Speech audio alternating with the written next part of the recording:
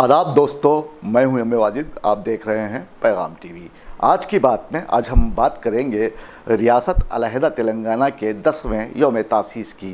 दोस्तों, आप सभी तो जानते हैं कि किस तरह तमाम मज़ाहब के मानने वालों ने मिलकर रियासत अलहदा तेलंगाना के लिए एक तहरीक चलाई थी जो दिल्ली तक पहुंची थी। ताहम उसके बाद मरकज़ी हुकूमत के लिए नागुज़ीर हो गया था कि मुत्तहदा आंध्र प्रदेश को 2 टुकड़ों में तकसीम किया जाए। ताहम उसके बाद 2 जून को तेलंगाना रियासत तश्कील पाई, जिसके बाद वज़ीर आला KCR ने 9 साल तक इस रियासत पर हुकूमत की।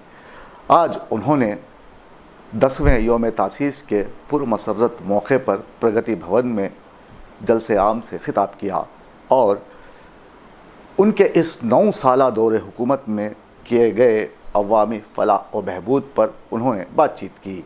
अब मुसलमानों के बग़ैर, उनकी तरक्की के बग़ैर उनके दावे किस हद तक सही हैं, ये जानने के लिए देखिए हमारे नुमाइंदे मोहम्मद फ़ारूक की ये रिपोर्ट। रियासत अलहदा तेलंगाना की जिद्दोजहद और तहरीक में सभी मज़ाहब के मानने वालों ने बढ़ चढ़ कर हिस्सा लिया था और रियासत को एहतजाज के ज़रिए हासिल करने में कामयाब हुए थे, जिनमें वज़ीर आला KCR काबिल ज़िक्र हैं।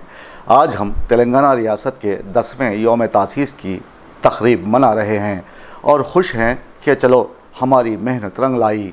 लेकिन यहाँ सवाल ये पैदा होता है कि रियासत की तश्कील के बाद मुसलमानों का क्या हाल हुआ। एक ऐसा सवाल है जो 2 जून यानी आज के उर्दू अखबारात पढ़ने वाले तमाम अफराद के जहनों से जुड़ गया है। इन उर्दू अखबारात में हुकूमत की तशहीर की गई है। अच्छा है, उर्दू अखबारात भी तो चलने चाहिए, लेकिन 9 साल क़ब्ल मुसलमान जहाँ खड़े थे आज भी वहीं खड़े हैं। उनका कोई पुरसान हाल नहीं, बस ज़िंदा हैं और जिए जा रहे हैं। आप ज़रा तसव्वुर कीजिए कि आप कभी किसी समंदर के साहिल पर जाएं, रेत पर खड़े हों, जब कोई तेज़ व तुंद लहर आएगी तो आपको अपने कदमों तले ज़मीन निकलती हुई महसूस होगी। मैं इसे रियासत तेलंगाना के मुसलमानों की मौजूदा कैफियत से तशबीह देता हूँ। हम तेलंगाना के लोग कितने अजीब हैं कि ज़िंदगी बसर करने, कामयाबी हासिल करने और मंजिल तक पहुँचने के लिए हर मर्तबा दूसरों का सहारा लेते हैं। हम वोट डालते भी हैं तो ऐसे लोगों को जो वक्त देखकर अपना मिजाज बदल लेते हैं। अब जबकि इंतखाबात क़रीब हैं, ऐसे में हमारे रहनुमा 9 साल का वक्फ़ा गुज़र जाने के बाद ख़दीम शहर की तरक्की पर हुकूमत को घेर रहे हैं, जिससे साबित होता है कि सियासी मंजरनामे में तब्दीली आ रही है। हमारे हुक्मरान भी तब्दील हो रहे हैं और हम इन्हीं के पीछे भागते फिर रहे हैं। पहले वाला सियासी अजीम माहौल कहीं गायब हो गया है। एतबार और एतमाद के दर्जात में अब बुलंदी नहीं रही। इसीलिए कहते हैं कि निचले दर्जे के एतमाद वाला माशरा कैसे आगे बढ़ सकता है। माशरे को कामयाबी के लिए बुलंद दर्जे एतमाद की ज़रूरत होती है।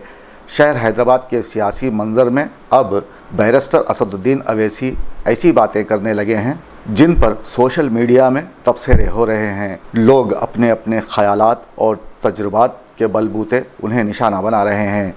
रुकने पार्लियामेंट और मजलिस के सरबराह असदुद्दीन अवैसी की बोली अचानक तब्दील हो गई है।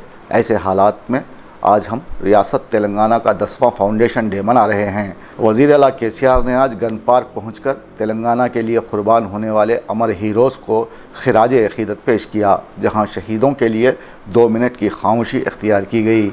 बाद अज़ां वो प्रगति भवन पहुँचे, जहाँ रियासत तेलंगाना की तश्कील के 10 साला तक़रीबात का अहतमाम किया गया था। यहाँ पहुँचकर उन्होंने कौमी परचम लहराते हुए सलामी दी और अपने खिताब में उन्होंने हुकूमत की जानिब से पिछले 9 सालों में किए गए फलाह व बहबूद के कामों पर रोशनी डाली। किसानों की बाज़ाबातकारी, बरक़ी शोबे में तरक्की, प्रोजेक्ट्स की तामीर, शादी मुबारक, कल्याण लक्ष्मी, दलित बंधु स्कीम, मिशन भागीरथा और दीगर स्कीमात का ज़िक्र किया। ताहम उन्होंने मुसलमानों की तरक्की के लिए किए गए कामों का तज़किरा नहीं किया। अगर हुकूमत मुसलमानों के मसाइल से वाकिफ़ होती तो शायद आज़माए हुए नौकरशाहों का तक़र्रुर अहम तरीन ओहदों पर नहीं किया जाता। अगर हुकूमत ने नेक नियति से मुसलमानों की तरक्की के लिए इक़दामात किए भी हैं तो हम मुसलमानों का ये अलमिया है कि مختص کردہ بجٹ واپس ہو جاتا ہے، اور ایسا ہونا یہ ثابت کرتا ہے کہ اہم ترین عہدوں پر براجمان عہدیدار بدعنوانیوں اور بے قاعدگیوں میں ملوث ہیں، جنہیں مسلمانوں کی معاشی، اقتصادی، تعلیمی ترقی سے کوئی مطلب نہیں۔ وہ تو بہتی گنگا میں ہاتھ دھونے کے لیے ان عہدوں پر ڈٹے ہوئے ہیں۔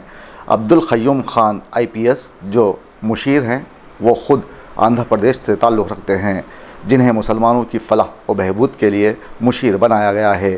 وہ خود نہیں جانتے کہ مسلمانوں کے بنیادی حقوق کیا ہیں، انہیں روزانہ کن مشکلات سے گزرنا پڑتا ہے۔ اسکالرشپ اسکیم کا آغاز تو کر دیا گیا، لیکن فنڈز عدم دستیاب ہیں۔ اعلیٰ تعلیم کے حصول کے لیے بیرون ملک طلباء کو بھیجا گیا، وہ کس قدر پریشان ہیں، انہیں ان کی اس پریشانی سے کوئی لینا دینا نہیں۔ اردو اکیڈمی کی جانب سے اخبارات میں ایڈز دیے گئے ہیں تاکہ مسلمان اس ایڈ کو دیکھ کر سمجھ لیں کہ آج کا دن ان کے لیے کچھ خاص ہے۔ حج کمیٹی کے سربراہ نے عازمین کے لیے سہولت کے بجائے انہیں مشکلات سے دوچار کر دیا ہے۔ ان کے لیے ایئرپورٹ میں الگ ٹرمینل بھی مختص کروانے میں عہدیدار ناکام رہے۔ اب وقف بورڈ کا ذکر کریں تو ہمیں شرم آ جائے گی، کیونکہ بے حس اور دوسروں کی جائیدادوں پر قابض ہونے والے افراد اس محکمے میں ٹھونسے گئے ہیں۔ اب اس محکمے کا خدا ہی حافظ ہے۔ وزیر اعلیٰ KCR کو یہاں سمجھنے کی ضرورت ہے کہ مسلمانوں کے مسائل کو سمجھنے کے لیے انہیں زمین پر آنا ہوگا۔ انہیں یہ سمجھ لینے کی ضرورت ہے کہ غریبوں کو جو ڈبل بیڈ روم کے مکانات الاٹ کیے گئے ہیں، اس میں درمیانی اشخاص کی چاندی ہے، اور یہ فلیٹ 2 لاکھ روپے میں کھلے عام فروخت ہو رہے ہیں۔ سرکاری محکمہ جات میں بدعنوانیاں عروج پر ہیں۔ حج ہاؤس میں موجود دفاتر میں بدعنوان عہدیدار بیٹھے ہیں۔ اگر ہم حقیقت میں یوم فاؤنڈیشن آف تلنگانہ منانا چاہتے ہیں تو سب سے پہلے حکومت کو چاہیے کہ اوقافی املاک کے تحفظ کو یقینی بنایا جائے، کیونکہ اس ادارے میں بیٹھے افراد کورٹ میں چل رہے مقدمات میں بری طرح شکست سے دوچار ہو رہے ہیں۔ دوسری جانب اردو اکیڈمی اور اقلیتی فائنانس کارپوریشن کو بدعنوان عہدیداروں سے پاک کرنے کی ضرورت ہے۔